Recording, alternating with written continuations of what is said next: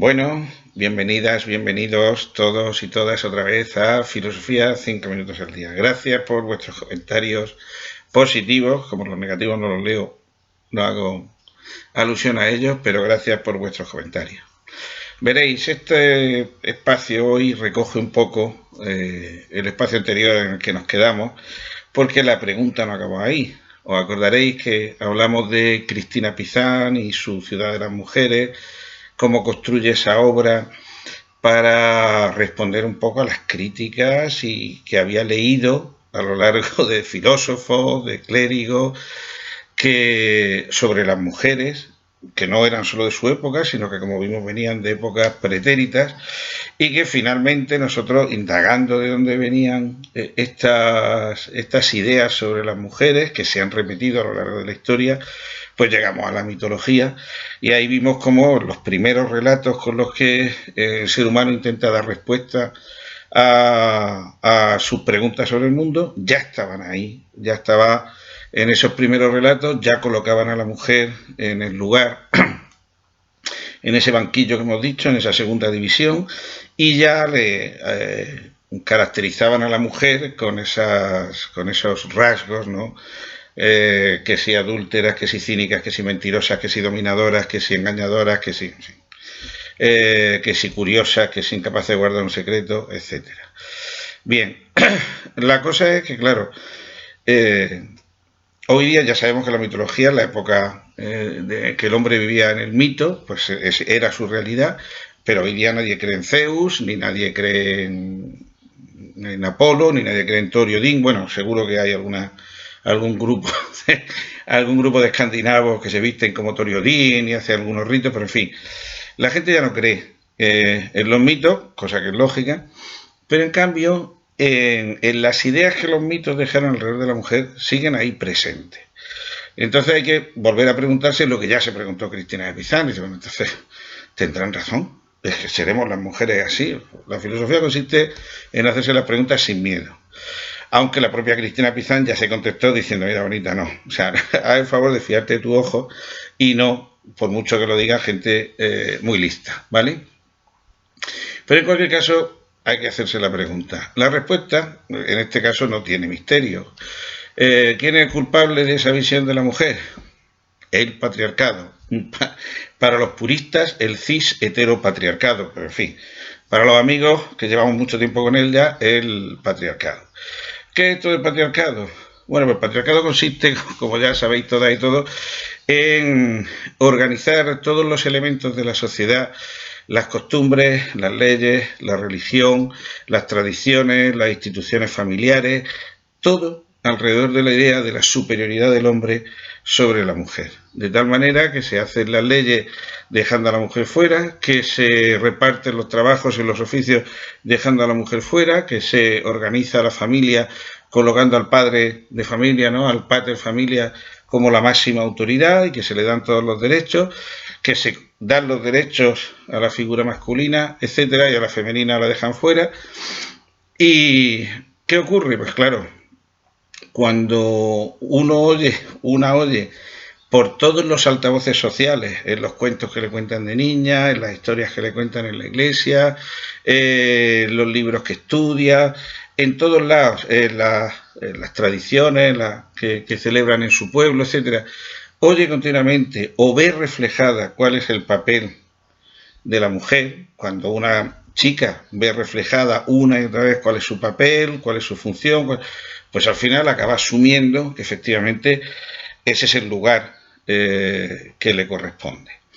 No quiero que aquí parezca que estoy victimizando a las mujeres, estamos hablando de una realidad terrorífica en gran parte del mundo y por supuesto a lo largo de la historia, y aunque en nuestras sociedades modernas las consecuencias mayormente, o sea, en su mayoría son más leves, no son, quiero decir, no hablamos de ablación o no hablamos de tragedias por el estilo de matrimonios infantiles, pero ahí están como una losa, ahí están trabajando la autoestima de las mujeres, porque en realidad, ¿qué es lo que hace el patriarcado? Bueno, pues el patriarcado, claro, si tuviera que controlar la sociedad en base a leyes, en base a policías, en base al control de la vida de la gente, pues es un trabajo muy cansado. ¿Qué es lo que hace estupendamente bien? Meter el policía dentro, ¿vale? Convencer tanto a hombres como a mujeres de esas ideas, de tal manera que ya no tiene él que ejercer presión para que las mujeres vayan en un sentido o vayan en otro. Por ejemplo, cuando las primeras sufragistas en el siglo XIX imaginaron, ¿no?, las primeras mujeres que lucharon por los derechos de la mujer al voto. Estamos hablando del siglo XIX, ¿vale? Bien, pues encontraron evidentemente una oposición feroz, pero en esa oposición estaban los hombres y estaba la gran mayoría de las mujeres también, que pensaban que estas eran unas locas, que estaban por ahí. Por cierto, que estamos hablando del siglo XIX y cuando hablamos, por ejemplo, de la ausencia de derechos de la mujer, siempre pensamos, pues, o en épocas pretéritas o en países islámicos. En Suiza, las mujeres tuvieron el derecho al voto en 1971. Y en realidad, en toda Suiza, en 1991, porque hubo un cantón, que no me preguntéis el nombre porque soy capaz de pronunciarlo, hubo un cantón que hasta el 91, y porque intervino la Corte Suprema, se negaba a darle el voto a las mujeres. 1991, Suiza, las vacas, jiji, jaja, lo verde, los tiroleses, ese tipo de cosas. Bueno, pues bien, ¿esto qué hace el patriarcado sobre las mujeres, sobre los hombres también, pero sobre todo sobre las mujeres en este sentido? Esto tiene un nombre, esto se llama síndrome de la indefensión aprendida, ¿vale? Esto ya está estudiado en psicología. Podéis ver en la red algún experimento de 5 minutos de cómo esto se transmite de una manera feroz, ¿no? O sea, el síndrome de la indefensión aprendida quiere decir, o sea, lo que provoca en las personas es la sensación de que nada de lo que haga va a cambiar la situación que ya está ahí, que las cosas son así porque, bueno, pues porque uno de alguna manera se lo merece o se la merece, entonces, ¿para qué vamos a luchar? Dicho esto, tenemos que tener en cuenta una cosa, que es decir, este síndrome de la indefensión aprendida ha hecho, pues efectivamente, que muchas mujeres asuman su condición sin plantearse qué es lo que estaba pasando, pero hay que dejar una cosa clara, ¿vale? No hay un solo derecho, ni uno solo de los logros que las mujeres tienen hoy día, ni uno solo, que no hayan peleado ellas. Nosotros hemos sido adláteres, corifeos, ayudantes, palmeros, pero todo lo que las mujeres han conseguido hasta el día de hoy, lo han conseguido ellas, su lucha. Y mira que ellas han estado en todas las luchas. Han estado luchando contra el racismo, han estado luchando con los obreros, han estado luchando en todos lados, ¿vale? Pero sus derechos los han peleado ellas. O sea que evidentemente las mujeres están hoy donde están gracias a su esfuerzo, pero es cierto que este trabajo del patriarcado es brutal. Este trabajo del patriarcado pues hace eso que hemos visto en las escuelas, ¿no? Que las niñas saquen mejores notas, pero como ya hemos dicho muchas veces, todas quieran ser enfermeras o educadoras infantiles y los niños con menos notas todos quieran ser ingenieros. O, bueno, que vamos a hablar de las religiones, excepto algunas religiones en Alemania o en Suecia, cuál es el papel de las mujeres en las iglesias, en las religiones. Fijaros lo que pasó con la iglesia anglicana, con la iglesia de Inglaterra, que en el 92 se le ocurrió ordenar sacerdotes a las mujeres. Bueno, hubo una fuga de anglicanos a la Iglesia Católica espectacular. Ahora va a haber una sacerdote o una sacerdota. Bien, pero es más que años después, cuando nombraron a la primera obispa, pues se fueron, pero no me acuerdo, cientos de sacerdotes anglicanos se pasaron al catolicismo. Porque fijaros que a quién se le ocurre poner a las mujeres en contacto con lo más importante, que es la divinidad. Bueno, pues ahí está ese patriarcado, por no hablar de todos los efectos que ha tenido en la educación, ¿no? La primera mujer española que estudió, Concepción Arenal, tuvo que vestirse de hombre para poder estudiar Derecho. Y cuando la descubrieron, y la admitieron, vestida de hombre, con el pelo corto y todas esas cosas, pues, pues iba a clase de una manera un poco extraña, ¿no? La recogía un bedel, la llevaba a un aula, o sea, un cuartillo, llegaba el profesor, la recogía del cuartillo, la acompañaba a clase, la sentaba aparte, cuando acababa la clase se iba con el profesor, la volvía a dejar en el cuartillo, hasta que volvía otro profesor, la recogía, no vaya a ser que le pasara a la pobre algo, y se la volvía a llevar. Quiero decir que el patriarcado ha estado ahí y ha tenido y sigue teniendo esa fuerza y esa presión que tiene, pero que quien ha levantado y sigue levantando y sigue peleando por levantar ese yugo del patriarcado ha sido fundamentalmente las mujeres. Bien, pero esto del patriarcado yo creo que ya lo sabíais, vamos, Phil lo sabe, o sea, yo creo que lo sabéis todos, ¿vale? Pero esta idea del patriarcado sí me llevaba a un poco la idea que yo quería, con la que quería cerrar esta pequeña reflexión.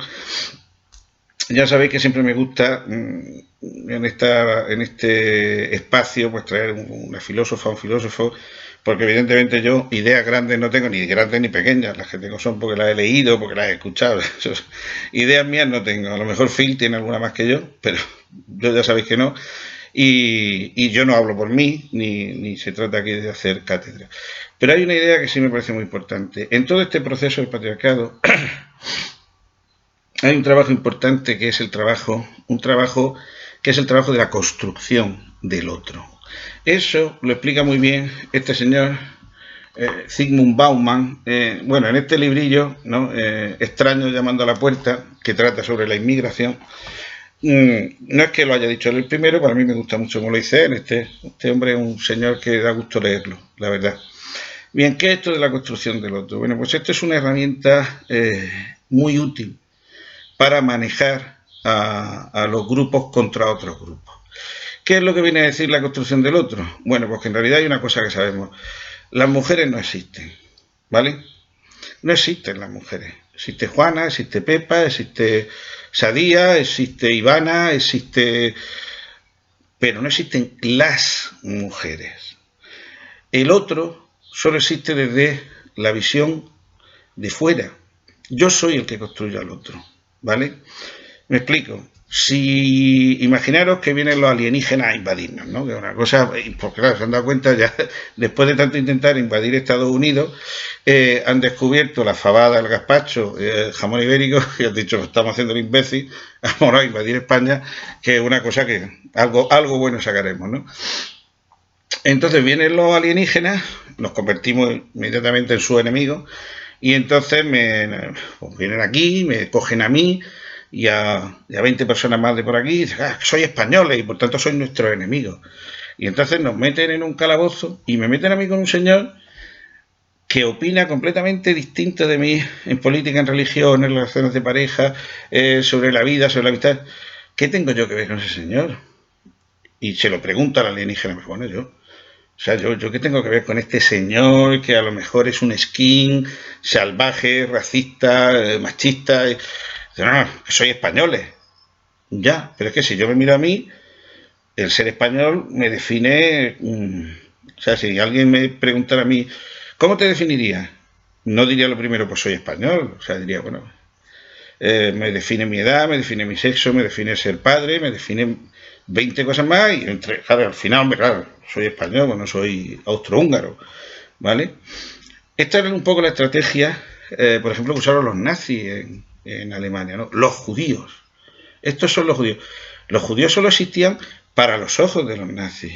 Porque judío era el notario que tenía una cultura, que sus hijos daban clase de música, que no sé qué, y el minero del Rin era judío. ¿Qué relación tenían ellos? ¿Qué relación hay entre ellos dos? Esa creación del otro es necesaria, ¿por qué? Porque claro, en el momento que nos crean como españoles, como judíos, como mujeres, en ese momento dejamos de ser, porque dejamos de ser Juanita, Manolita o Ivana, o Joana, o Saidía, o Ye, o dejamos de tener sueños, ideas, recuerdos, historias, afectos. Somos los otros, somos aquellos a los que se puede tratar de una determinada manera, somos los inmigrantes, en el texto de Bauman, y por tanto ya dejamos de tener rostro, empezamos a ser fantasmas. Fantasmas con los que se puede hacer cosas que no se puede hacer con mi vecino. Con mi vecino no lo puedo hacer, pero con este, que es un inmigrante, que es una mujer, que es un judío, que es un... En fin, esta idea, hoy voy a ser más breve, esta idea de la construcción del otro es una idea contra la que nos tenemos que proteger, que tenemos que conocer, ¿no? El otro siempre se construye, repito, desde nuestra mirada. Y si permitimos que alguien construya al otro, si dejamos de ver la persona que hay detrás, entonces estamos abriendo la posibilidad a cualquier tipo de dominación, de manipulación, de aprovechamiento, porque dejamos de tener enfrente a la persona humana. Perdona que me haya puesto un poco intenso esta vez, pero en fin, el tema acababa ahí. Desde aquí quiero decir que evidentemente, como hemos dicho antes, ¿no? Hemos hablado de las mujeres, no se trata de victimizar, pero hay que ser conscientes de cómo el patriarcado presiona. Sobre esto podríamos tener no una charleta, podríamos estar aquí hablando 10, 12, 15 días. Pero bueno, allá vosotras y vosotros leéis, os informáis, discutís, pensáis si queréis. Pero en cualquier caso, lo importante de todo esto es que, igual que las mujeres lucharon, hay muchos colectivos que necesitarán que alguien luche y nos haga verlos, ponerle un rostro, ponerle una cara, ponerle un recuerdo, ponerle una historia, porque eso es lo único que nos humaniza y nos previene contra la barbarie. Bueno, y si queréis que nos veamos, pues nos veremos el próximo día. Un saludo y besitos. Phil, nuestro amigo, y hasta Clint, que está ahí arriba, nos despedimos. Hasta luego.